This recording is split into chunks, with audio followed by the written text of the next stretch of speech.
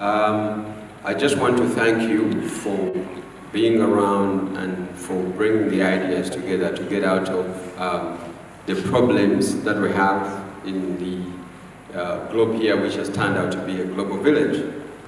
You're all aware that our topic here today, which we have, is talking about terrorism.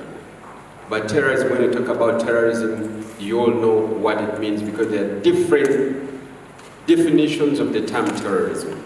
No one is going to give you one type of definition, but it's about the threat that is created, and most especially in a forceful manner and against civilians. But again, there are so many questions about that. Why is it? So many people come and they explain, is it really terrorism?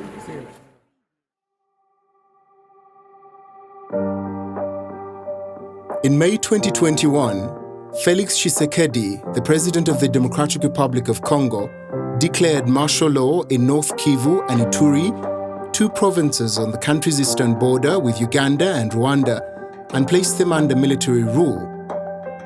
In justifying this strong measure, President Tshisekedi invoked the regular mass killings in the region, which have left more than 1,000 people dead since 2019 and have generally been ascribed to one local militant group, the Allied Democratic Forces, or ADF. This declaration followed a shift in US strategy from March 2020, which announced that it now considers the ADF a foreign terrorist organization. Africa is more and more seen as the continent where the fight against terrorism is the most intense. In a number of battlefronts such as the DRC, Kenya, Nigeria, and Somalia, the enemies are labeled as terrorists. Constructivist approaches to insecurity, or security that is, are enlightening in that regard. They allow for the questioning of the construction of this threat in order to understand who is actually creating a security issue and in what way. Illustrated with case studies such as the ADF, the Boko Haram in Nigeria, and the Al-Shabaab, this panel will aim at unpacking discourses and analysis to build a more in-depth comprehension of terrorism in its new forms. Using historical perspectives and looking at the development of new forms of terrorism, how can we understand the current narrative around a rising form of African terrorism?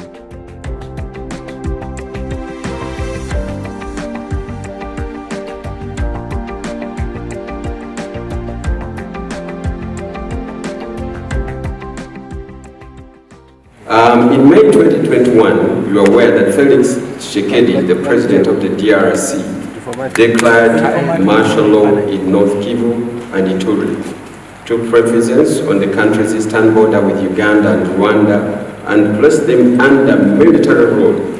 In justifying this strong measure, Tshisekedi invoked the regular mass killing in the region, which have left more than 1,000 people dead since 2019 and have generally been ascribed to one local militant group, the Allied Democratic Force, known as ADF.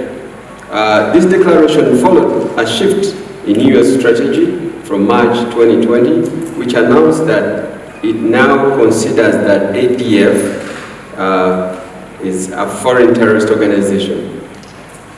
You're all aware that Africa is increasingly seen as the continent where the fight against terrorism is intensifying. In a number of battlefronts such as the DRC, Kenya, Nigeria, and Somalia, the enemies are labeled as terrorists. Constructivist approaches to insecurity are enlightening in that regard. They allow for the questioning of the construction of this threat in order to understand who is actually creating a security issue and in what way. Illustrated with case studies such as the ADF, Boko Haram in Nigeria, and Al-Shabaab, this panel will aim at unpacking discourses and analysis to build a more in-depth comprehension of terrorism in the new form, using historical perspective and looking at the development of new forms of terrorism. How can we understand the current narrative around the rising form of African terrorism? With me is Ahmed Haji, who I'll gladly give the platform like 7 minutes. And because we can enjoy the absence of the others, probably we can extend on the 1 minute or up to 10. So Ahmed Haji, what do you have to share as we unpack this rising terrorism issue? Ahmed. Yeah, thank you very much, Doctor. And I think for starters, I want to thank Konrad-Adenauer-Stiftung, Makerere University, my premier university. This is where I started my early activism, and the partners for putting together this forum. I think forums like these are very critical in generating the body of knowledge and ideas that can shape, terrorism policy, but also terrorism scholarship. And I want to really implore you guys to keep being available to some of these spaces. Well, that's a very broad question, but I want to premise my intervention from a point that you don't have to necessarily look elsewhere outside Uganda or beyond the continent or beyond the sub-region to reflect on the topic of terrorism. I have seen it firsthand, I've lived it. I just want to highlight that in 2010, during the bombs in Chadondo, I was there. I was there and I'm a victim. I have a scar, so it's one of the living scars that I have. I think I was one of the few survivors there with some of the colleagues, but as you know, as a country, we are 11 years to that incident. It's... For me, it's not an abstract topic. It's a lived experience that has sort of defined who I am within the platform of scholarship. I didn't know that I would actually proceed to a level of peace activism, then eventually go up to a level of PhD. And my interest actually started with that sad event, because I wanted to know who are these sort of individuals with their ill intentions. Why would they choose to go after innocent lives and civilians just because they wanted to project a given political objective? And I think for me that is the very important entry point to this particular conversation. That yes, it's a reality. Terrorism is there, and as a continent, we are looking at terrorism as a serious threat when it comes to stability and development in the continent, because we've seen the devastating impacts when it comes to the death. One of our colleagues, at the Global Risk Consultancy, because I work with one of the senior fellows for our consultancy at the continental level, the African Institute for Strategic Policy. Our colleagues in last year released a report that clearly highlighted that as a continent, we've experienced over 7,000 attacks. And when it comes to lives lost or fatalities, we have almost over 12,000. So, and I think that the other devastating impacts in terms of the death, in terms of the loss of livelihoods, like in Kenya, just like 5 or 7 years ago, we had an experience where the entire tourism sector had to be shut down, and we were speaking about trillions of dollars or lives or jobs and stuff like that. So. Yeah, terrorism is real, it's part of us, and I think we need to, as a generation, start thinking about it, how we can approach that. And of course, within the lens of a continent, one thing we also have to highlight is we don't have to, of course we know oftentimes that we tend to look at these groups as having a local agenda, a locally driven agenda, but we all know that they draw their inspirations from the international actors beyond our continents, beyond our sub-regions, and beyond Africa on a larger, or beyond even our countries.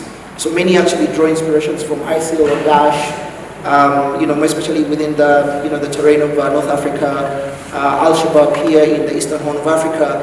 They all seem to learn from or be inspired or motivated, by some of these groups in terms of how they form their cell organizations, how they organize, how they recruit, how they radicalize, how they message. And oftentimes we've come to realize that they all seem to be using the same toolkits, especially within the advent of internet. We've seen that there's been a lot of online dissemination. when it comes to basic things that are very, very lethal, like guerrilla warfare. You know, how do you organize, how do you conceptualize, how do you build a strategic ideological warfare? And all this information is available online. And I think this is more like a playbook that is used by those who perform, or those who eventually become domestic terrorists. And I think within the context of Uganda, there's a very recent occurrence with so many bombs that are happening everywhere. Just a tangent, as I was coming here, I was in the mosque, so we've been evacuated because there was a bug, that was scary, and we were all evacuated.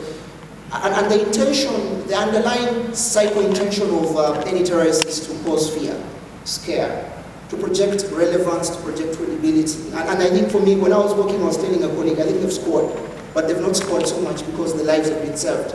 So right now the bomb squad is there trying to sort of sweep, the language of security, they're sweeping. And I think it's also a reminder that dealing with this scourge of terrorism is everyone's responsibility. So it's not something that I would argue that should be left to the military or to the hard power, as we call it in security-centric language. So I want to close with about two things, just for the first phase of my intervention, that a lot of times we've seen situations where many young people that are lured when it comes to even how people make these improvised, explosive devices which are called the IEDs. For some of you guys who have been in Uganda, there's one of the peddlers, we call him the peddlers of misinformation. He was actually moving around a video and trying to tell you how you can pick a bomb using nails and all that.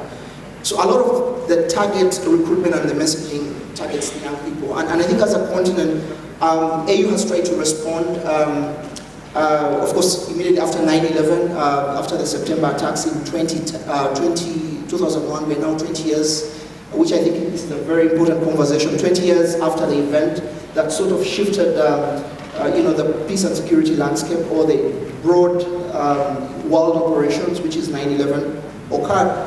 We started seeing, African Union step up in 2014. They came up with the AU plan of action on how to prevent and combat terrorism.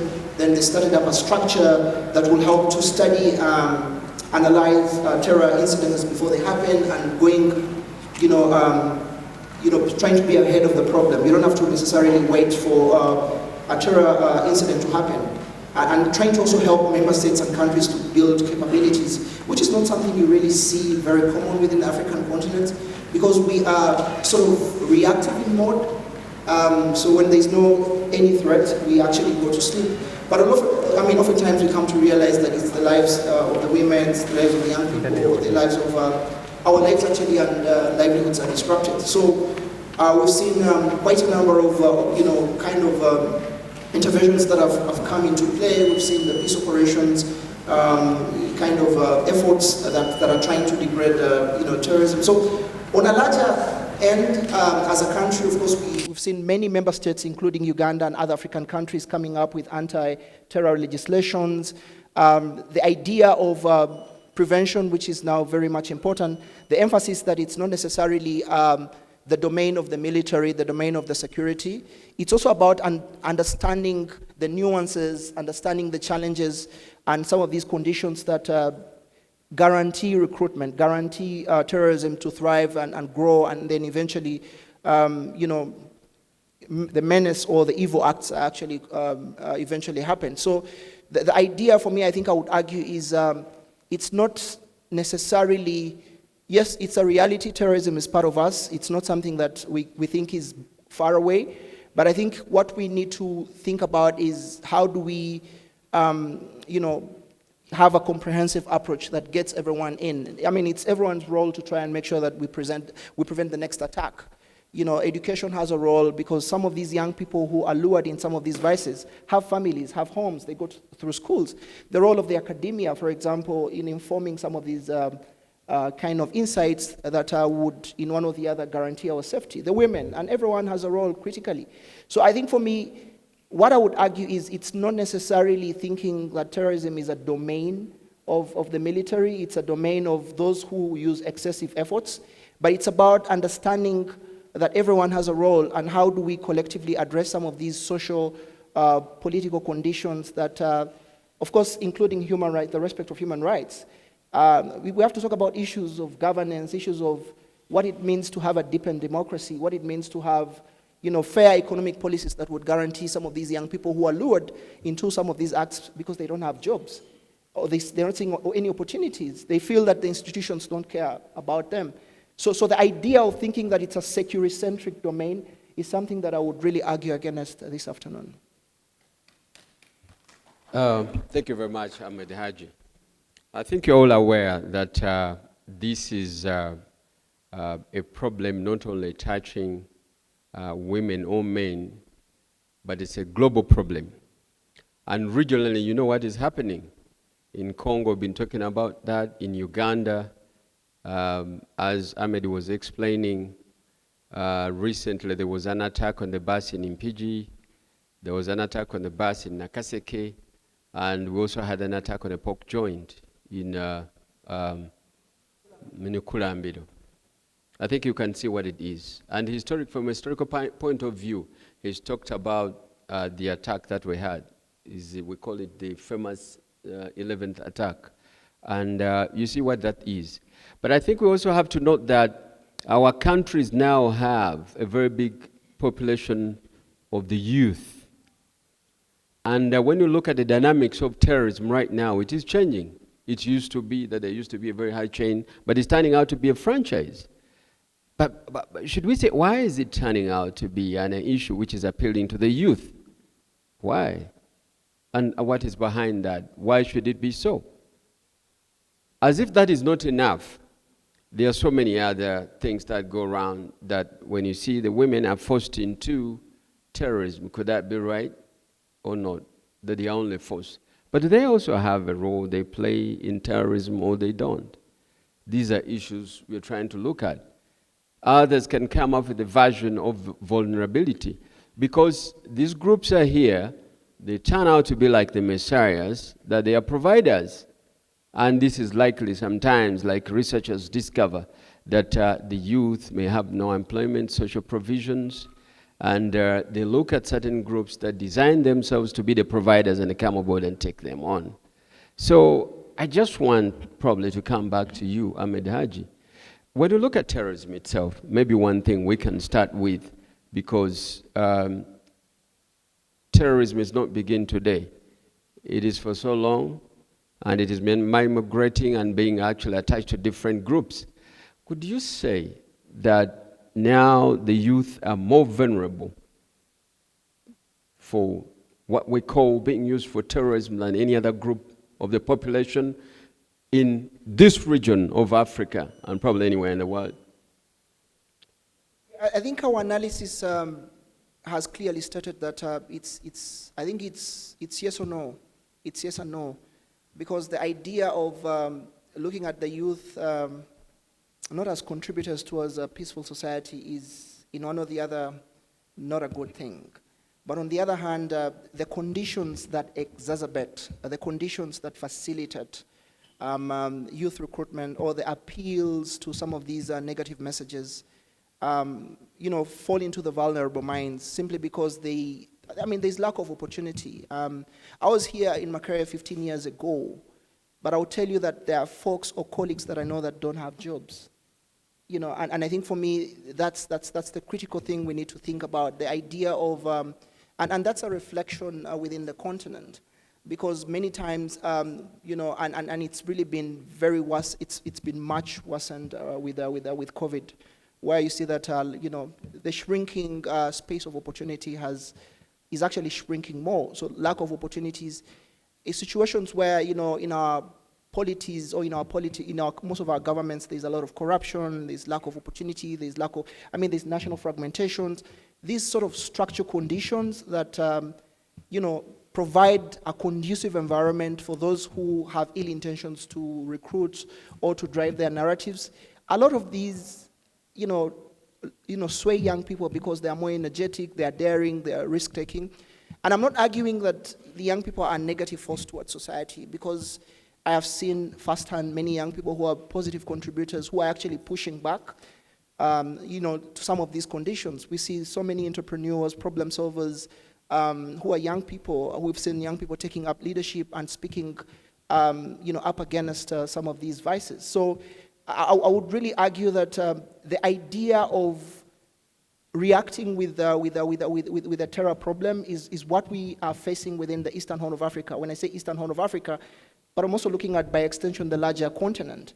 We tend to react, right now, because of the bomb scares are everywhere, we're just reacting. But I'm imagining what is our proactive mode to some of these issues. Trust me, if you have this parliament in our country, I don't think they all seem to understand the nature of the threat we are confronted with as a country or as a continent. The second thing is sometimes you also ask whether our executive or our cabinet or our leaders seem to do they even receive the appropriate information or intelligence analysis? So I don't think so. We are quick to go back to sleep. We are reactive, but proactive, having a proactive approach to dealing with transnational threats, even if it's a pandemic, because for us a pandemic is an aspect of global, it's an element of health security, because we're looking at it from an integrated security lens. You saw how we were not prepared with the beds, how we were not prepared with everything. So the idea of reacting and then looking at young people as a problem, but also going ahead of the problem would mean creating opportunities. One of the reports that I contributed to, called The Journey to Extremism, that was authored by the UNDP, clearly stated that 71% of those who felt that they were frustrated at a tipping point that they had to join any terror group, it's because of issues to do with state action. Maybe a friend was arrested, or there was no jobs, or stuff like that. So, and I think these are things we need to deal with proactively. We don't have to wait for another bomb scare or another bomb attack. We have to always be ahead of the enemy. Thank you, Ahmed. I'll be getting back to you. We are being joined by Ayman Atamimi, a scholar from the Oxford. Ayman, are you with us? Yes, I am. Can you hear me? So, Ayman, marhaban bik. You're so welcome. And thank you for taking time to join us to discuss this very important issue where we want to tap into your expertise. And I understand you have a lot that you're going to share with us right now. But because of the time, I'm not going to spend a lot. I'll give you just a few minutes, like 7. I think that's going to be enough. If not enough, then you can share with us what you have. And then thereafter, we shall be interacting. Ayman? Okay. Yes, thank you very much for hosting me today. It's a pleasure to be speaking. I'd come back to the issues raised by the moderator at the start of prior to the beginning of the panel, about the issue of the definition of terrorism and its conception in Africa. Of course, the use of the word terrorism is inherently political, and people know this old saying about one man's terrorist being another's freedom fighter. And the previous panelists also mentioned the tendency for the particular groups in Africa to be being seen as groups driven by local agendas.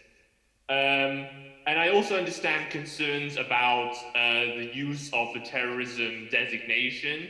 I mean, I myself have worked on issues of terrorism primarily within Iraq and Syria, and in North Africa, and in Central Asia. And we've had this war on terror now for over 20 years, and it's not been a good experience. And there is also this issue, I think, of perhaps the people approaching the subject of terrorism in Africa who have no proper experience to comment on it, and essentially just leap on it because it's a rising global media attention.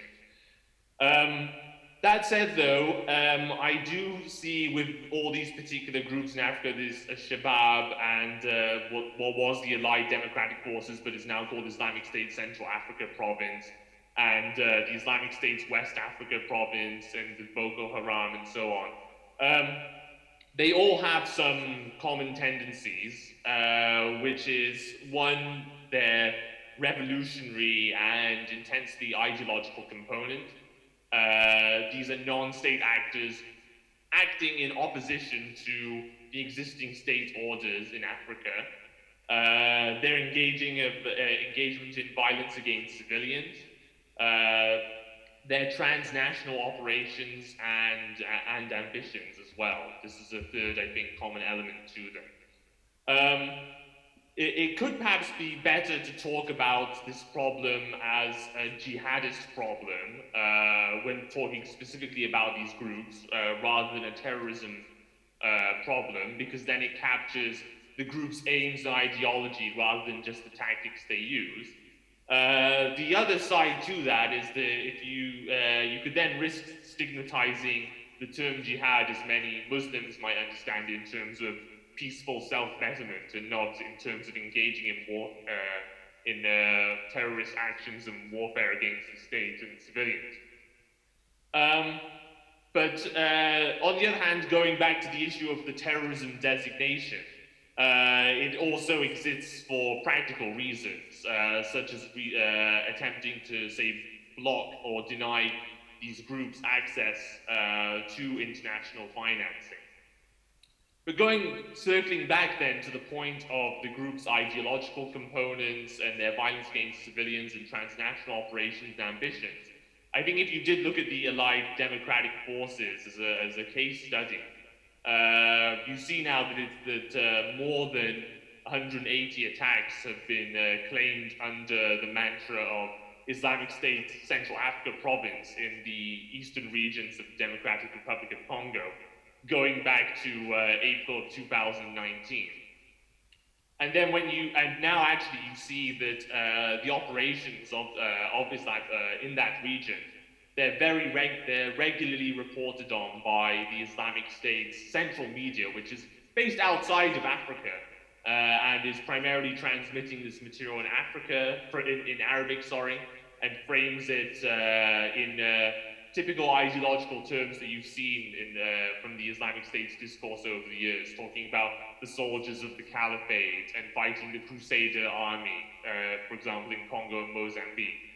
And then when you look at the origins of the insurgency, it didn't necessarily start out as something jihadist, but there was an ideological component to it, namely its roots in Salafism in Uganda, and then fleeing over the border into the Democratic Republic of Congo because of the government's crackdown. But you then, over time, many years ago, you saw also this increasing ideological tendency to what you have now with the open espousal of the Islamic State's ideology. For example, the adoption of this, the ADF's main camp, they called it the Medina Tawheed wal Muwahideen, the city of monotheism and the monotheists. It's a typical way that these jihadists also refer to themselves as the true monotheists and espousing the true doctrine of monotheism in Islam.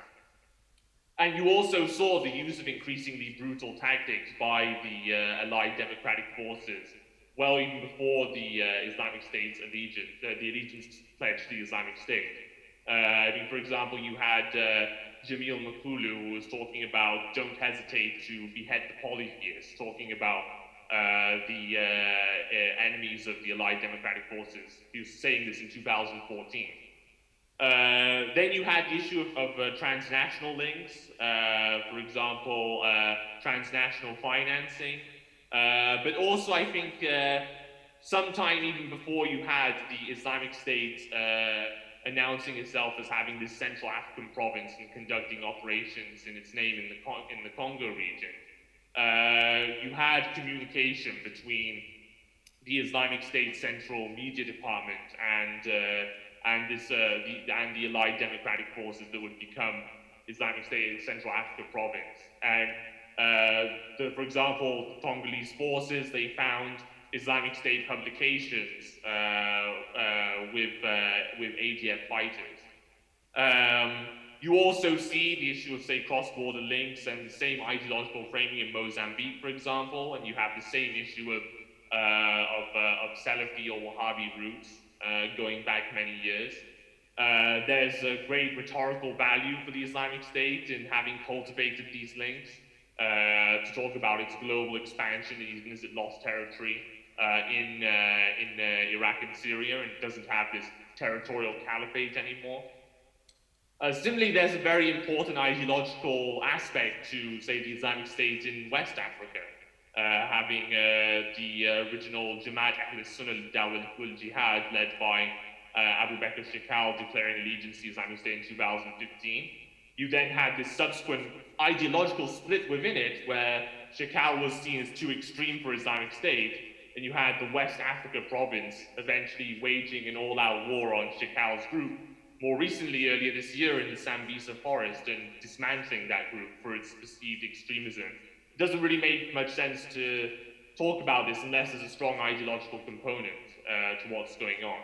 And more recently, you've seen with the Islamic State West Africa province, they've boasted about having Islamic State institutions like imposing zakat or alms tax in the areas of Lake Chad, and then this is in opposition to the existing state order.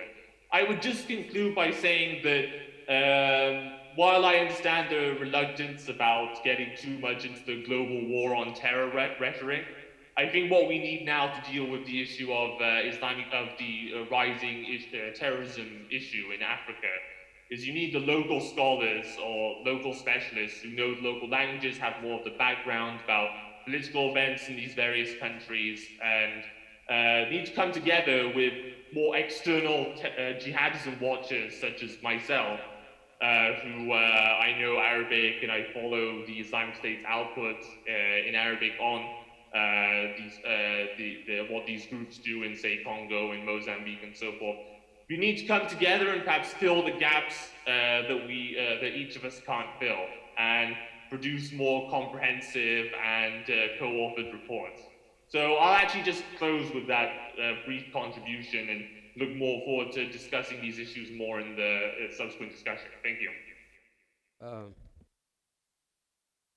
Thank you so much, Ayman, for sharing out with us. And but there are certain few issues that actually I did capture. You did mention something about international financing. And according to your research, what do your findings reflect in terms of the causes of the rising terrorism in this region of this world? Are there voices hidden that actually being placed and fronted by terrorism? What do your findings have to reveal about that? My main okay, well, in relation to the issue of terrorism financing and international links, I mean, you had that with the Uganda Congo insurgency with this an individual who was called Walid Ahmed Zain, and he was supposed to be a Kenyan financer of these Islamic State-linked activities in the region. But more than that, the issue of financing, which is more obscure and goes more beyond my own expertise, the main issue I looked at is more the issue of communication between Islamic State Central, based outside of Africa, and these groups operating out of in the various regions. So if you take the Congo insurgent, if you take the case of the Allied Democratic Forces as an example, when they were initially showing signs of their Islamic State orientation, it was very low quality video production, and they were doing it under the name of their own media outlet names. Now, though, you see it's all of a much more streamlined and centralized operation, with the Islamic State central media regularly putting out these quite high quality, say, photo reports, and issuing official claims and covering the events in their An-Naban newsletter, and talking about their special sources, talking about various details of operations that are conducted, say, against the Mozambican army, against the Democratic Republic of Congo's army. So without that, I think communication channel, these insurgencies wouldn't have evolved in the direction we see today. And it is possible that there is hidden, say, financing we don't know about, and I'm sure part of the motivation also in reaching out to the Islamic State could also have been, well, we saw how successful they were, we want some of their money, we want some of their operation expertise. And certainly there is the possibility of foreigners having come from even outside of Africa into these regions. I mean, there was, for example, reports of a Jordanian national who was apparently involved with the Islamic State in the Democratic Republic of Congo. So, yes, that's my answer to your question. Yes, Ayman. Just one more before I get to Haji, and then we can get to the flow. There's much featuring of Islamic State and anything to do. Have you made any findings about what Islam has got to do with that? Because much you've spoken has got something to do with Islam. Have you established anything about religion? Has it gotten anything to do with this rising terrorism? Because with this rising terrorism issue, it's not all of Islam being responsible for it, but normally you find there is this, with these insurgencies, they've normally begun with roots in the Salafi or Wahhabi trend of Islam. That's not then to say that Salafism and Wahhabism inherently go on an inevitable path to the Islamic State, to something like the Islamic State. It doesn't have to be that way. I mean, for example, looking at another example from Africa of Salafism, going all the way to North Africa, if you look at Libya, for instance, and the civil war there, you had Salafis fighting on the Khalifa Haftar in the Libyan civil war, and that's very much a nationalist-oriented and loyalty to the state or ruling authority. So there is a religious component to it. It doesn't necessarily mean then the religion inherently has to go on a conveyor belt all the way to jihadism and terrorism. No, I reject that. But there is a religious aspect and an ideological aspect that needs to be taken seriously. Thank you, Ayman. Thank you, and I think now we are soon getting the board as I come back to Ahmed Haji. Then we open it to the floor. Ayman has explained it clearly. But I think we've talked about the issue of the youth and the migration. What do you have to say about the inflow of so many refugees crossing from one country into the other? And how safe is this? And you see refugee camps and all that?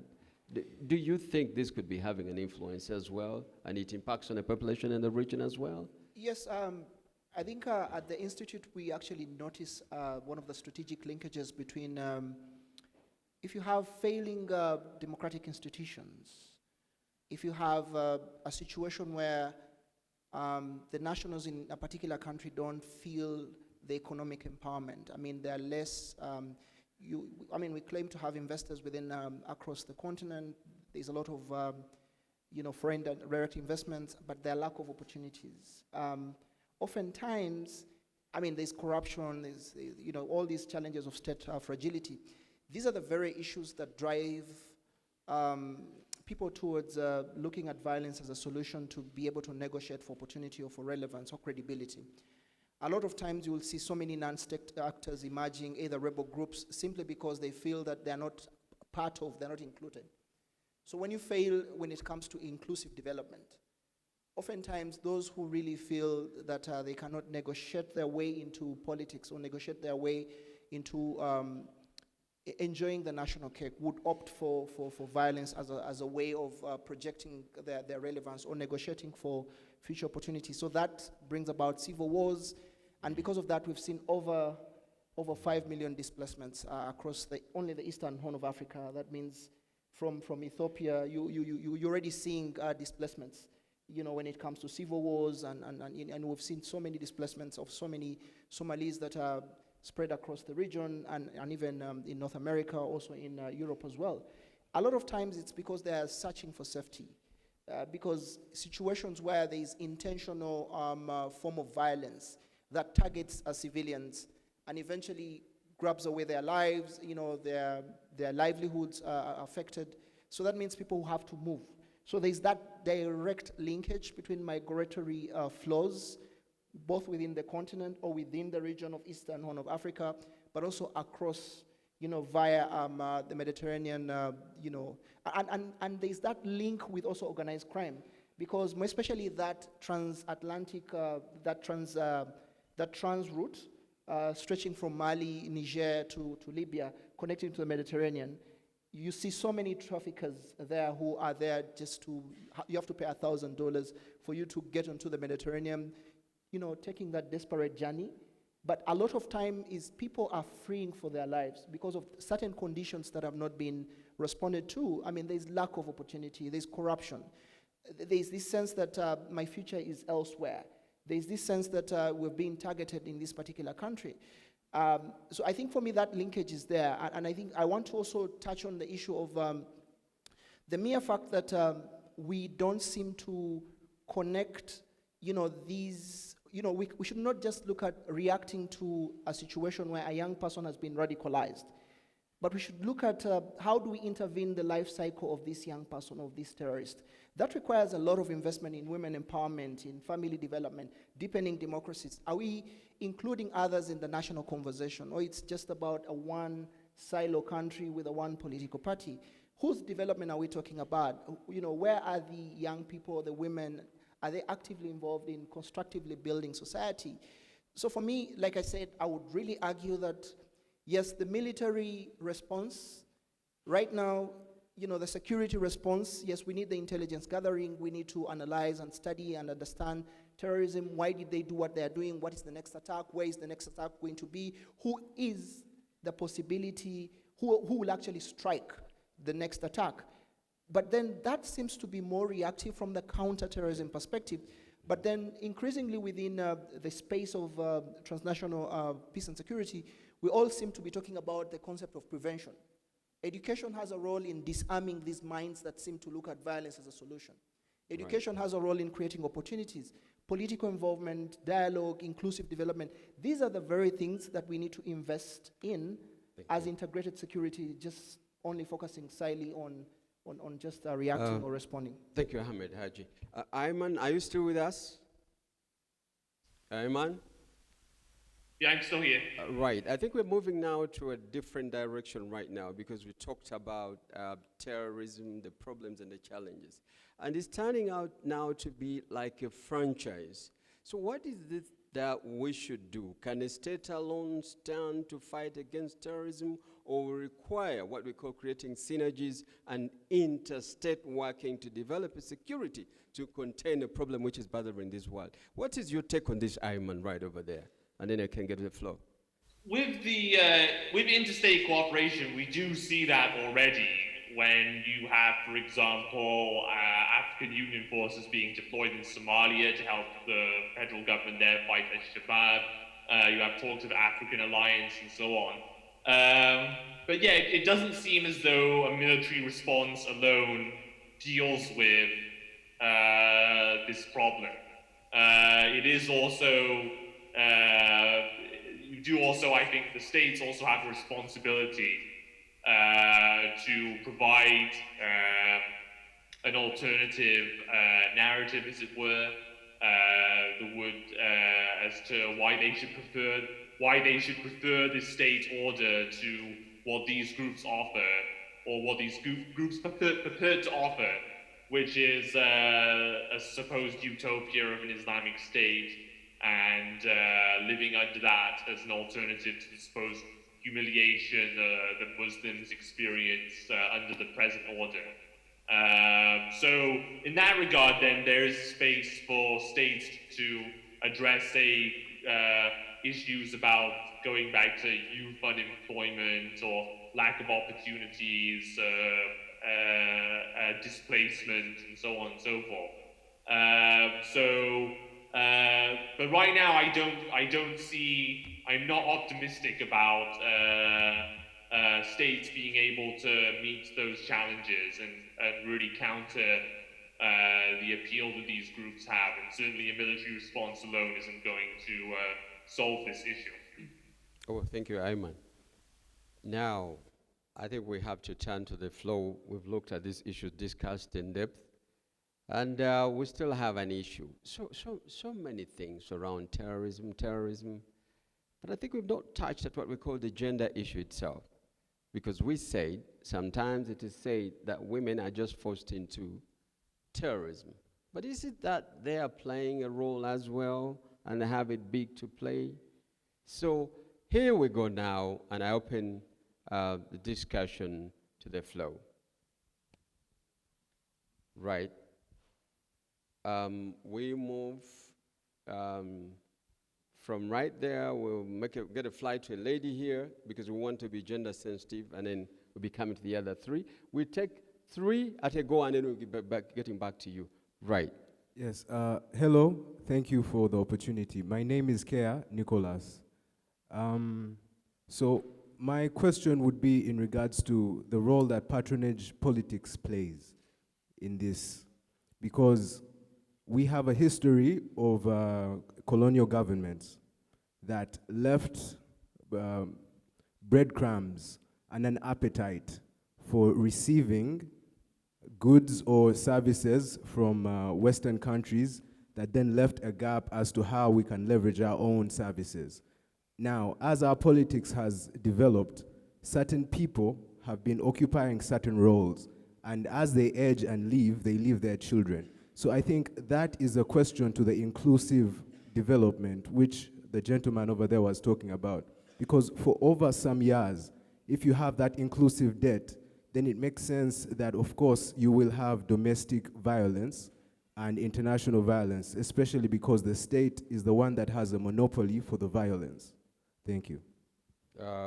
Thank you very much. Can I have the mic right here? Thank you so much. As I had introduced myself earlier, and I'm called Vicky. I am thinking, after what the panelists have spoken about, in this country of Uganda, we are encouraging youth to occupy political spaces. We are encouraging them to participate effectively in these spaces. So we have youth coming up with their political ambitions. But in this country of ours, of Uganda, terrorism is being used as a political tool. Whenever a youth comes out, or anybody, let's project in the near future to come also with scenarios that have so far happened. We had the scenario in Arua when the new party when the Bobby Wine was just coming out, when he was slapped with charges of terrorism and all that, and his team. So it's becoming a norm that whenever a person comes out in this country and has ideologies that are different from what the ruling party is, or from, I'm sorry to say this, but different from the ideologies that the ruling party really has, you are slapped with charges of terrorism. So it's becoming a threat factor and a hindrance for us, many political young youth that want to come up and occupy these spaces. What are we going to do about this? That is my first question. The second question was in relation to international financing.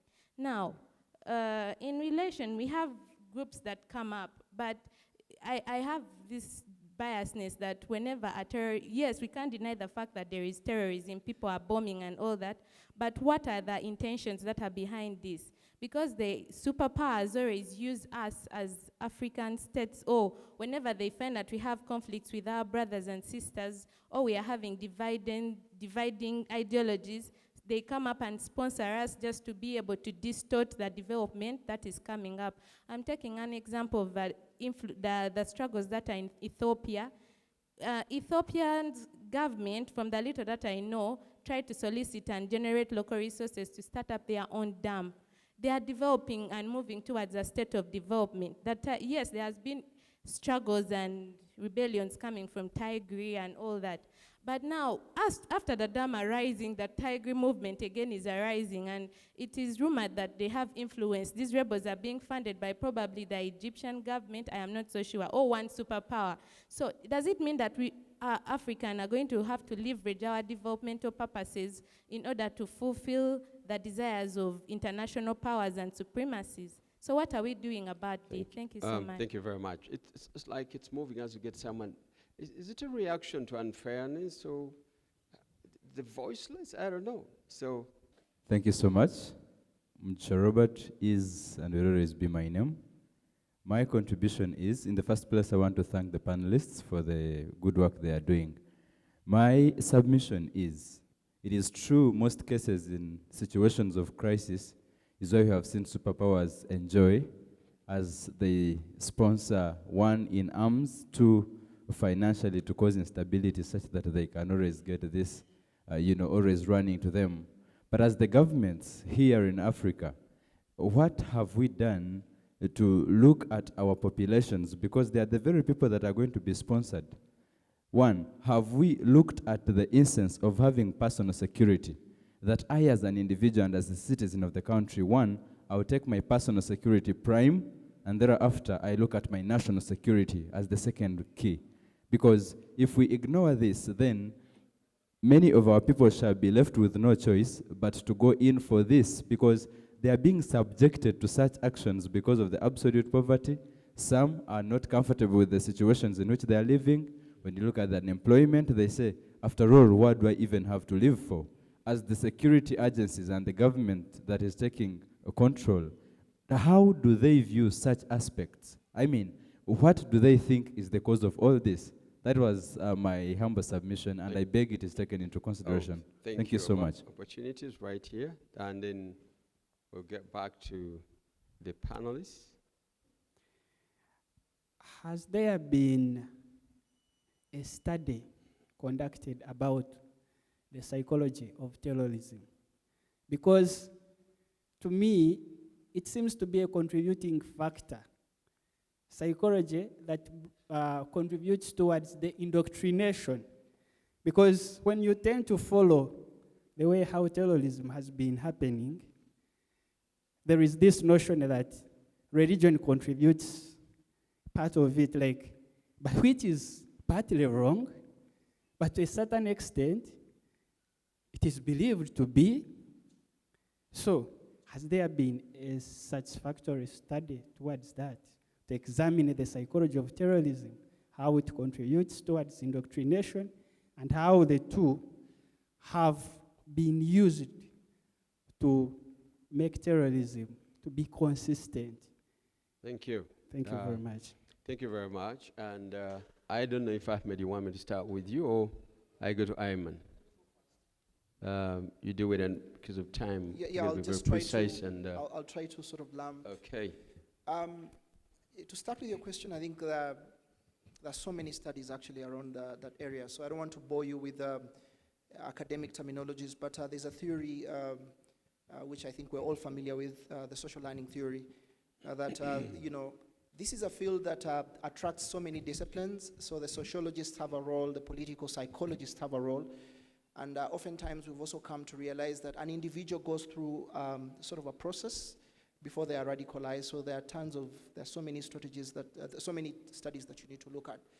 Yes, an individual might sort of instrumentalize or invoke a particular ideology, but in their life, in their early life, they've gone through some episodes. Maybe they've grown up in a very abusive home. They've seen, and they seem to acknowledge dominancy and violence as the only way to assert credibility, influence, or to justify power.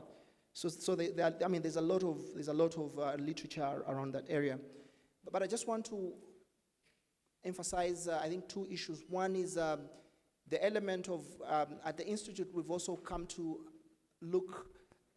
Increasingly, like almost 50% of African countries instrumentalize terrorism as a way to delegitimize the political opponents. That's why I usually avoid definitional debates about what is terrorism, what is not terrorism, because when you look deeply into the definition of terrorism, you might realize that some state actors within Africa actually, in one or the other, are also in one or the other. There's a concept called state terrorism. It's just where a state is intentionally using violence or its own tools that are security or all these other kind of, instruments that are, using the law, for example, to be able to delegitimize, to be able to deny the other political opponents to emerge or to arrest them, or, and I think it's something that we need to cautiously address as a continent when it comes to political dialogue, that we might disagree politically, but we all have ambitions and aspirations to building safer, prosperous continents. And I think it's our core role to ensure that we have strong democratic institutions, we have better investments, better economic growth, we have a peaceful society or security within the continent, and there's opportunity and development for everyone. So the idea of demonizing the other politically and then branding them or labeling them, I think it's something that we need to really address as a continent of Africa. I think in closing, I want to highlight what we are seeing at the continental level is the role of conspiracy theorists. We have so many people we follow that, oh yeah, Lumbuya said this, Lumbuya said that. Those who peddle, for example, misinformation. And what we've come to realize is that the role of the internet has been, very much during the COVID period, because we're all home and we relied across the world on misinformation, on either anti-vaxxers, we shouldn't vaccinate and all that. But the linkage between misinformation and domestic terrorism is something that came to bear, in the US when it came to January 6th. When the role of, we call him the prominent peddler of of misinformation was by then Donald Trump, and his role in influencing and motivating those who attacked, the Congress. And what you see is, within the continent, we see that the role of misinformation vis-a-vis causing negative action or causing violence. Like I think we don't have to look very far. Here at home, you might have seen Lumbuya's video trying to describe how a bomb should be made. And I think as a nation, we need to really, really call out on that. It doesn't matter whatever political party you're in, but then if you're trying to describe and sort of guide those vulnerable minds when it comes to how an improvised device should be made, I think as peace lovers, we don't have to really look at that. I think as a way forward, yes, we have to get everyone in here. The role of private companies, why would you allow that video to move around, across WhatsApp? I mean, there are all these larger debates globally on the role of tech companies, but the role of our tech companies here, like I've always said and I've argued that it's not just the state. Yes, the state has a cardinal constitutional role to guarantee our peace and safety, but the ultimate responsibility to ensure better security and better peace and progress for everyone lies with everyone's responsibility. And that's why we're talking about the idea of everyone has a role. It's not just the military or the excessive efforts to deal with this. Thank you, Haji. Thank you. And lastly, any contribution towards what has been raised in the House, and any way forward that you actually suggest that can draw us out of this terror of terrorism? Ayman? Yes, I'll touch on the issue of terrorism definition being instrumentalized and exploited for political purposes that aren't fair. Yes, the case of Ethiopia that was raised by a member of the audience, it's true that that's a case of it being used politically by the Ethiopian government because it's of the opposition to the Tigray movement. But a movement like that, though, is very different from what we've been talking about on the panel in terms of a rising terrorism threat with, say, Islamic State Central Africa Province, Islamic State West Africa Province, and Al-Shabaab. In contrast, those groups are transnational. They aim to disrupt the state orders entirely within Africa. And they have these transnational links in a way that aren't quite the same with, say, some of these more local rebel movements or local insurgencies that are say, locally or nationally orientated.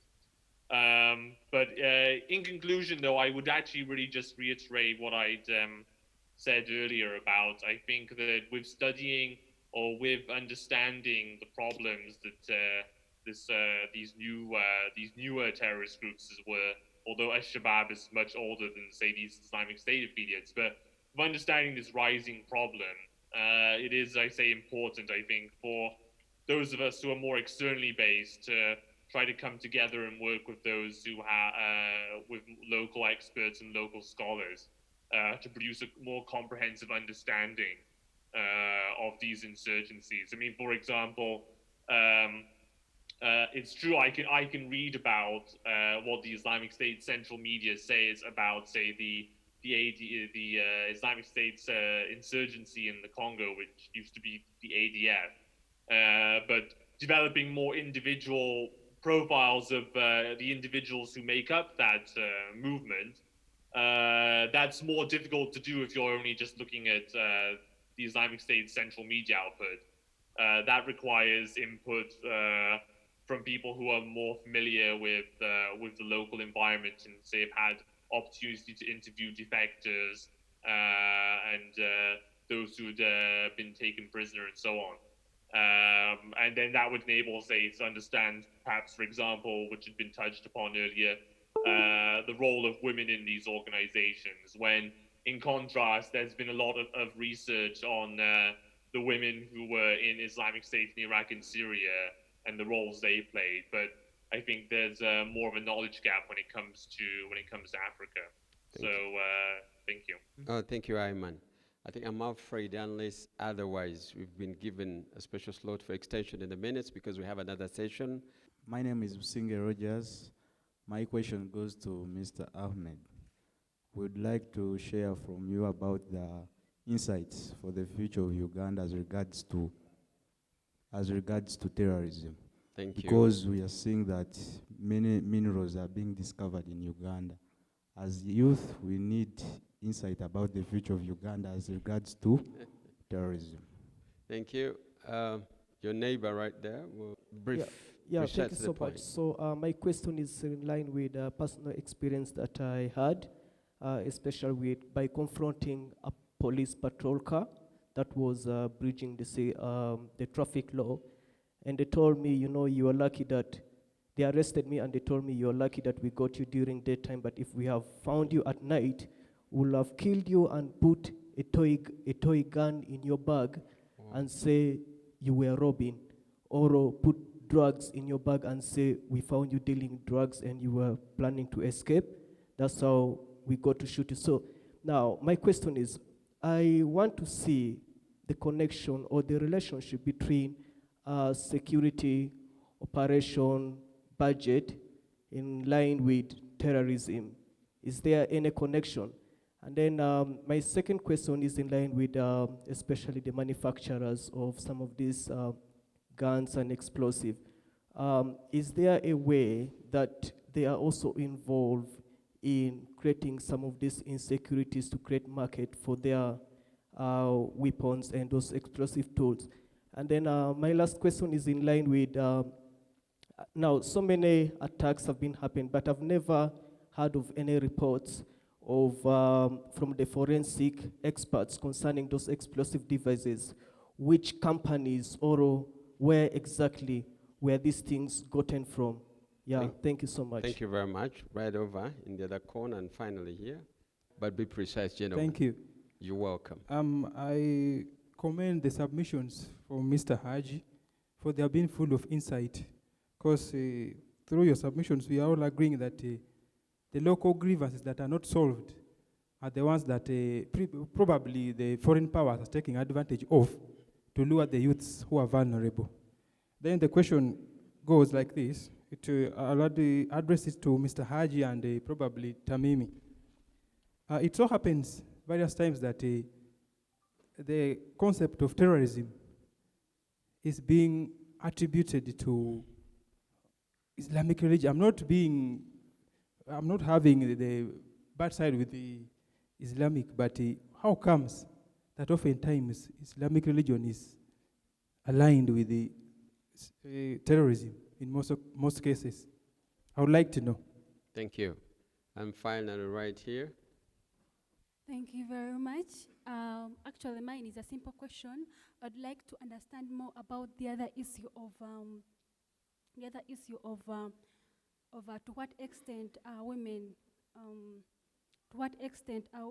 involved in terrorism? Like, I would like to understand more. You had brought up that point, but then you didn't explain very well. I would like to know, as in, what do we focus, like, why is it that we usually say terrorists are always men? And is it because of the gender stereotype that they are fighters or what? I don't know. So I would like to understand more about that. Thank you. Thank you, and let's just back. Let me fly to England. Okay. I get to Oxford, and then I'll be back to you because we're right seated here. Now, Ayman, I'm back in England. The flight is just landing me right there in Oxford. Take your part, Ayman. Look, just to address some of the questions there. Yes, the terrorist groups we've been discussing within this panel, yes, they have an Islamic nature and character to them. And I stress there is some link, there is a link with the religion. They espouse an interpretation of Islam. It doesn't necessarily mean it's the majority of Muslims holding it, or as I say, even the particular brand from which or particular strand from which these groups originate, which is more of a Salafi strand. It doesn't then inherently mean that Salafism inevitably leads to this terrorism. The issue of women's involvement. So again, this is a knowledge gap, I think, which has to be filled more by local researchers and specialists. But in the actual context of research elsewhere, there's been plenty of it about, say, in Iraq and Syria, how, say, women who joined Islamic State, they helped contribute to the group's supposed state project, involved in education, in dawah, with religious outreach, involved in enforcement of Islamic morality and virtue and vice.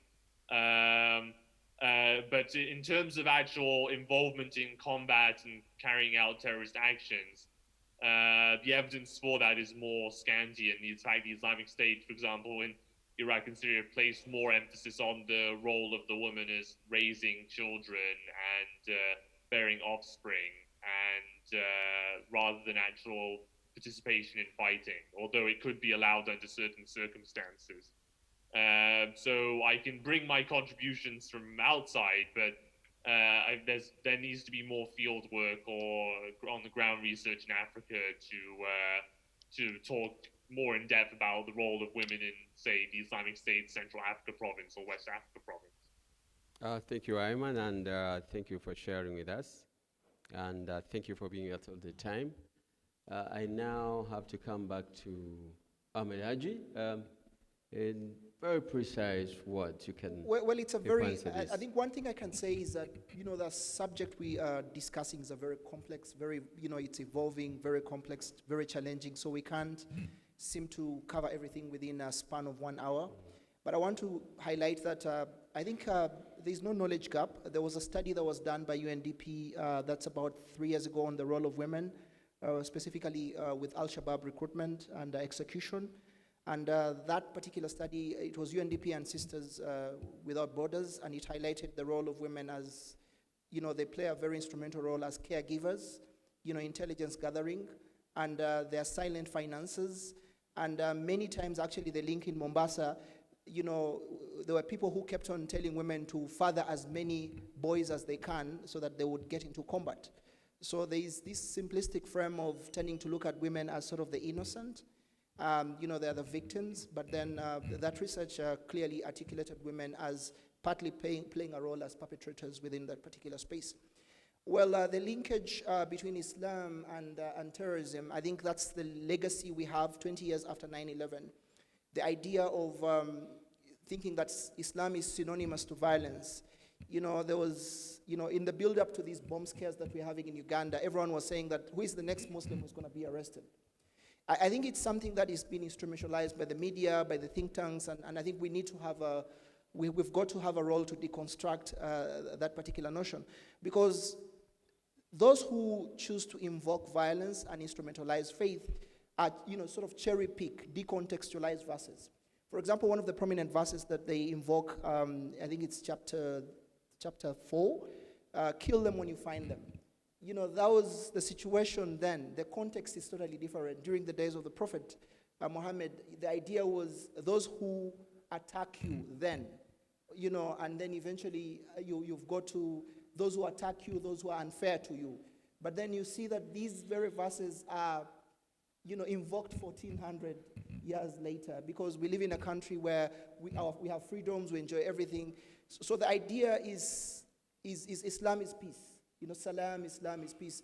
And whoever wants to do that, Islam is actually very clear that if you serve an individual, you've served an entire generation. That is chapter 5.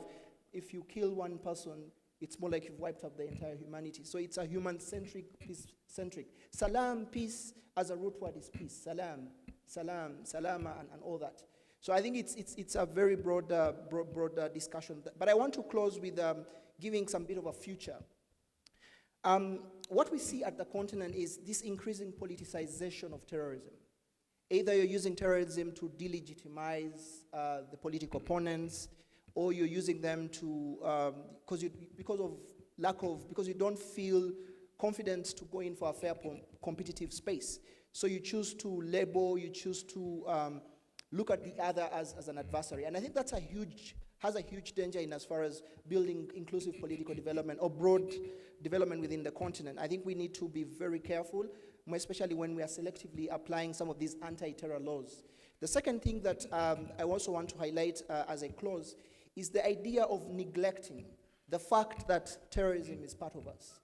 And everyone has a role in making sure that we prevent the next attack, where it's going to happen, and who will sort of be, the idea of investing in prevention. There are certain conditions that we need to address. We've got to address issues of governance, corruption, national fragmentation, those things that, like in Uganda we call them the the idea of those things that drive people to vent, and I think the role of security, how we counterproductively arrest everyone, and like how we act in a more inhuman way. The idea of institutions being seen to be delivering, for the people, not for a select few, and trying to understand that these social political conditions are the ones that give rise to the scourge of terrorism. We have to invest a lot in prevention. We shouldn't be reacting and invest and going after them. Let's not go after them after it has happened. But how do we, through education, for example, Makerere has a role, as a, research, as a report, we need to have more repository research and knowledge on how we can study and understand how these groups form, how they recruit, how they radicalize, and how can we together promote a Uganda or Africa for everyone. So that we don't have people who are frustrated and they will have to vent their anger by blasting us tomorrow. God forbid. Thank you so much, Ahmed Haji. This is a topic I not stop because there's a lot. But I think the whole issue, what we are getting out of this is basically that we should run away from the stereotype and unearth what the causes of this terrorism is. Out of view, there's a question of opportunity, provision of services to the young and the old, and any injustice that may be existing. I think we got to run away from the stereotype. Unearth why terrorism? Why do they use it? Why that instrument called terrorism? I think that's the issue that we've got to look at genuinely if we want to run away from that monster called terrorism. And as for the issue of religion, whatever, if you're a scholar like you've done it, there were times when there were Christians fighting Northern Ireland, and then, that was the time. We looked at the recent times of Thomas McVeigh in the United States, and then what's that? That's not Islam. And so the religion itself has gotten a pact, and it's an issue that we can discuss, and then we'll look at it. But we have to unearth what the causes of these are, which is creating instability, and we can afford to that. I just want to say thank you to every one of you for taking time to be with us for this very important topic. I want to say, Dangeshon, merci beaucoup, asante sana, shukran jazila, and anything that you may want to say for taking time to be with us. So thank you, Ahmed Haji. And I want to say we missed General Muntu because he was meant to be part of us, but due to unavoidable circumstances, we've not been able to get him. Thank you again, and thank you to geopolitics organizers. Thank you.